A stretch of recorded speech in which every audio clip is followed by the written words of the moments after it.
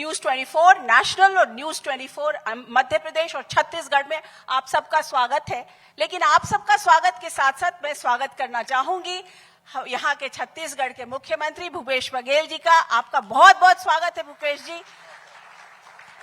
आप हमेशा मंथन के कार्यक्रम में आए हो और इसके लिए आपका मैं आभार प्रकट करना चाहूंगी।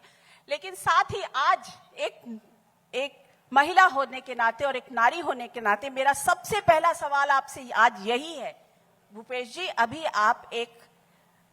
खबर आई है कि संसद ने नारी सम्मान बिल जो है विधेयक 33% रिजर्वेशन संसद ने पास कर दिया और भारी मतों से पास किया है।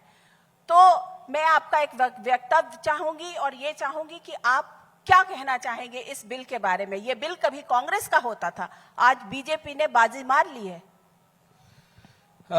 2010 में ये बिल पारित हुआ था और उसके बाद लगातार ये मांग उठती रही है और अभी पिछले दिनों हैदराबाद में भी हमारा सम्मेलन हुआ था। कांग्रेस का जो CWC की बैठक हुई थी उसमें भी इसको प्रस्ताव पारित किया गया था। थोड़ा सा मैं इसकी पृष्ठभूमि में जाना चाहूँगा। महिला बिल तो होना ही चाहिए।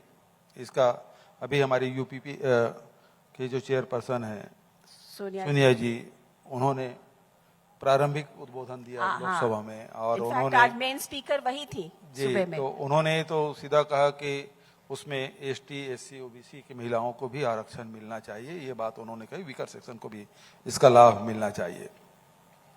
इसके पृष्ठभूमि में थोड़ा जाना चाहूंगा कि जब इंडिया के बैठक मुंबई में हुई और उसके पूर्व संध्या में राहुल जी का प्रेस कॉन्फ्रेंस हुआ और उस प्रेस कॉन्फ्रेंस में उन्होंने कुछ खुलासे किए थे, उसके तत्काल बाद ये चर्चा चली कि वन नेशन वन इलेक्शन, और पूरे देश के पत्रकार विपक्षी नेताओं से बिल्कुल उसके मुंह में ID घुसा के पूछते थे कि वन नेशन वन इलेक्शन के बारे में आपको क्या कहना है। लेकिन आज कोई पत्रकार वन नेशन वन इलेक्शन के बारे में बात नहीं कर रहे हैं। इसका मतलब ये विशेष सत्र तो बुला लिए थे, लेकिन विशेष सत्र का एजेंडा क्या है किसी को पता नहीं था उस समय तक के। लोग पूरे देश के पत्रकार ये सोचते थे कि ये वन नेशन वन इलेक्शन का ही एजेंडा होगा इस विशेष सत्र में। लेकिन जब विशेष सत्र शुरू हुआ तो पता चला कि महिला बिल ला रहे हैं, महिला रजिस्टर का बिल ला रहे हैं। तो इसका मतलब यह है कि 2024 के इलेक्शन को ध्यान में रखते हुए ये बिल लाया गया है और जो सत्ताधारी दल है वो घबराया हुआ है, क्योंकि इंडिया गठबंधन से उसे काफी छटपटाहट है। और मैं पूरा कर लूं? हाँ, जी बिल्कुल बिल्कुल। और उसमें देखें, कभी घमंडिया कर रहे हैं, कभी इंडी कर रहे हैं, कोई कुछ कर रहा है, तो ये उसके घबराहट की निशानी है। अब इस बिल के बारे में कहेंगे तो निश्चित रूप से राजीव जी ने पंचायती राज लागू किया, 7 मत से राज्यसभा में गिरा भी। उसके बाद नरसिम्हा राव जी उसको लागू कराए और उसके बाद हमारे मध्य प्रदेश पहला राज्य था जहां के पंचायती राज लागू हुआ। दिग्विजय सिंह जी उसमें मुख्यमंत्री थे और उसमें 30% महिलाओं को रिजर्वेशन पंचायती राज में दिया गया, नगरीय निकायों में भी दिया गया। और आज ये कहते हुए मुझे खुशी है कि आप किसी भी पंचायत में या जनपद में, जिला में आप आंकड़े निकाल के देखेंगे तो 30% नहीं है महिलाओं की संख्या, वहां 50% से किसी भी संस्था में आप कम महिलाओं को आप नहीं देखेंगे। ये स्थिति है। तो महिलाओं को यदि मौका मिलता है तो बढ़ चढ़कर हिस्सा लेती हैं और आज बहुत अच्छे से पंचायत भी संचालित कर रही हैं, जनपद भी संचालित कर रही हैं, जिला भी, नगर पंचायत, नगर पालिका और नगर निगम भी महापौर के रूप में भी बहुत बढ़िया वो सेवाएं दे रही है। तो विधानसभा या लोकसभा में यदि इनको मौका मिलता है तो निश्चित रूप से बहुत अच्छा होगा और आधी आबादी को पूरा हक मिलना चाहिए, इसका हम समर्थन करते हैं। लेकिन ये है मैडम कि अब उन्होंने कहा कि सेंसस कराएंगे, सेंसस के बाद डिलिमिटेशन कराएंगे।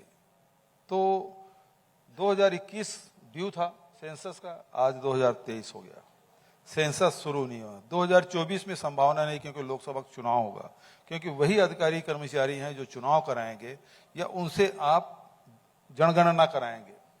तो 2024 में जनगणना होना नहीं है, बिना जनगणना के डिलिमिटेशन नहीं होगा और डिलिमिटेशन नहीं होगा तब तक के महिलाओं को इसका लाभ मिलेगा नहीं।